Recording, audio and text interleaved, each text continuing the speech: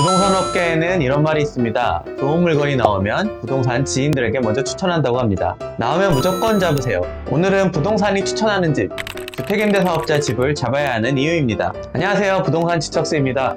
오늘은 주택임대사업자 집을 잡아라라는 주제로 이야기하려고 합니다. 부동산이 추천할 수 있는 최고의 집인데요. 가족인 형이나 동생이 집을 구한다면 가장 먼저 추천할 수 있는 집이 바로 주택임대사업자 집입니다. 저도 현재 살고 있는 전셋집이 주택임대사업자 집입니다. 부동산 업 하는 사람이 구했다는 건 가장 좋은 집이라는 뜻이 아니겠습니까? 일반 집과 주택임대사업자의 집, 어떤 차이가 있는지 바로 시작하겠습니다. 장점 첫 번째, 살고 싶은 만큼 살 수 있다. 계속 연장이 가능하다. 주택임대사업자는 기간을 등록하여 필수적으로 임대를 해야 합니다. 이때 기간이 보통 8에서 10년입니다. 이 기간 동안 살고 있는 임차인은 본인의 의지 100%로 연장이 가능합니다. 사례로 보겠습니다. 먼저 자료를 보겠습니다. 해당 자료는 렌트홈 사이트에서 가져왔는데요. 렌트홈을 쉽게 알려드리면 주택임대사업자에 관련한 사이트라고 생각하시면 됩니다. 여기 보시면 2020년 12월 23일 등록을 했네요. 기간은 10년입니다. 그렇다면 임대주택 의무기간은 20년 12월 23일부터 30년 12월 22일이 되겠습니다. 극단적인 경우이긴 하지만 20년 12월에 들어온 임차인은 무려 같은 집에 10년을 살 수 있습니다. 이유는 임대사업자는 정당한 이유 없이 임대사업 기간 동안 임차인의 재계약을 거절할 수 없기 때문입니다. 여기에서 재계약을 거절할 수 있는 정당한 이유는 집을 부시거나 남에게 임차권을 넘기거나 하는 등 아주 특별한 경우입니다. 대부분의 일반적인 임차인은 연장이 가능하다고 생각하시면 됩니다. 또 한 가지 중요한 점은 의무기간이 끝나는 때가 30년 1월 5일이고 내 계약 만료일이 30년 1월 1일이면 또 연장이 가능합니다. 재계약 요청 시점이 임대사업자 기간 내에 들어있기 때문에 재계약을 거절할 수 없는 건 마찬가지입니다. 임대사업자 끝나고 시세대로 받기를 위해 기다린 임대인의 경우 아쉬워할 수 있습니다. 허나 임대사업자 규정은 재계약 시점에 임대사업자에 등록되어 있으면 연장이 가능합니다. 반면 일반 집들은 어떨까요? 일반 집들은 2년을 살고 난 후 더 살 수 있을지 말지가 결정되죠. 추가로 더 살기 위해 계약갱신 청구권을 써도 집주인의 사정에 의해 거부되면 2년밖에 못 삽니다. 계약갱신 청구권을 써서 2년을 더 살고 난 후에 더 살고 싶어도 100% 집주인의 의지에 따라 다음 재계약이 결정됩니다. 재계약에 있어서 불안한 입장입니다. 전셋집을 연장 계약하고 싶었는데 연장 못하고 다른 집을 구하게 된다면 알아보는 수고, 이사비, 중개보수까지 각종 에너지가 엄청나게 소모됩니다. 지친다 지쳐 또 이사를 가야 한다니 정말 힘들다. 일반 집들과 다르게 주택임대사업자 집은 장기 거주의 안정성이 굉장히 뛰어납니다. 임대료 인상에 제한이 있다. 주택임대사업자 집은 임대료 인상에 제한이 있습니다. 새로 맺은 계약은 전 계약의 5% 이내에서만 증액이 가능합니다. 임차인이 그대로여서 재계약을 맺는 경우든 새 임차인을 구하는 계약의 경우든 모두 적용됩니다. 예시를 한번 보시죠. 가끔 아파트 전세 시세가 8억인데 전세가 6억 8,050만 원에 나오는 경우가 있습니다.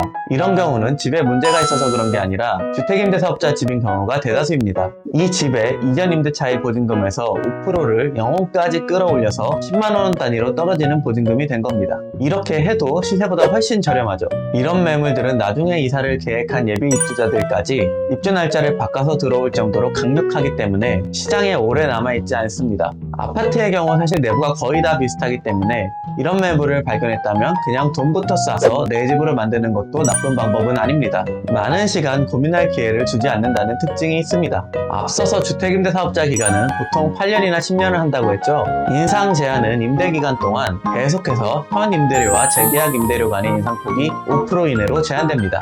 처음엔 6억 8천에 2년을 살고 난 후 재계약할 때가 되었습니다. 2년 전에 단지 내 전세 시세가 8억이었는데 지금은 8억 5천이 되었습니다. 단지 내 시세가 오르는 것과 상관없이 내 재계약 금액은 6억 8천만 원에서 5% 오른 7억 1,400만 원 이내로 정해집니다. 시세보다 훨씬 싼 계약입니다. 재계약으로 2년을 살고 난 후 또 살고 싶으면 7억 1,400만 원의 5% 이내인 7억 4,970만 원 이내로 계약 금액이 정해집니다. 주택임대사업자 의무기간이 끝나기 전에는 계속해서 5% 이내의 증액만 가능한 것입니다. 임대사업자 집에서 계속해서 싸게 살았다면 누적된 경제적 이익은 꽤 클 것입니다. 배민에서 치킨 먹을 때 할인 쿠폰 많이 주는 거 시키는 경우도 있는데 무려 집값이 싼 건 경제적으로 큰 이익이 됩니다. 보증보험을 가입해야 한다. 몇 년 전과 다르게 의미에서 좌절이나 공포가 느껴지는 단어가 있습니다. 바로 전세인데요. 전세 사기꾼들이 조직적으로 사기를 하도 많이 치고 다녀서 주로 사회초년생인 피해자를 많이 만들었습니다. 피해자들의 고통은 말로 표현할 수 없을 정도입니다. 정부에서는 이런 일이 임대사업자 집에서는 발생하면 안 된다고 결정을 내렸고, 이에 따라 보증보험 의무 가입이 생겼습니다.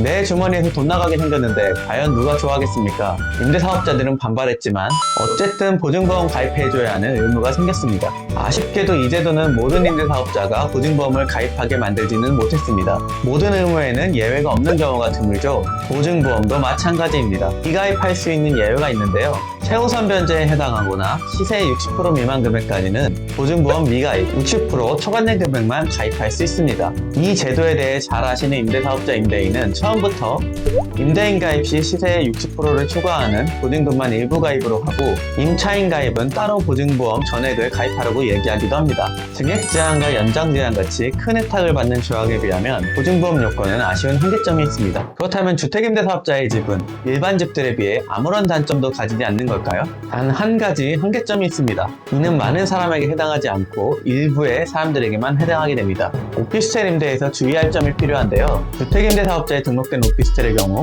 반드시 주거용으로만 써야 합니다.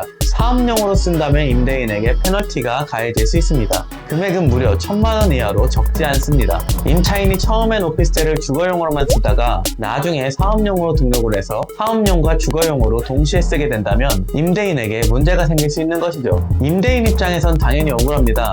분명히 주거용으로 임대를 주었기 때문에 사업용은 생각도 못했는데 사업용으로 썼다고 과태료가 나오니까요. 내 잘못이 아닌데 과태료 내려고 하면 흔쾌히 낼 사람이 누가 있겠습니까? 오피스텔 임차인에게 사업자 등록을 하지 않아야 한다는 걸 확실하게 알려줘야 합니다. 오늘은 이 매물은 꼭 잡아라, 추천 매물, 임대사업자 매물에 대해서 알려드렸습니다. 내용 도움이 되셨다면 구독과 좋아요를 눌러주세요. 그럼 안녕.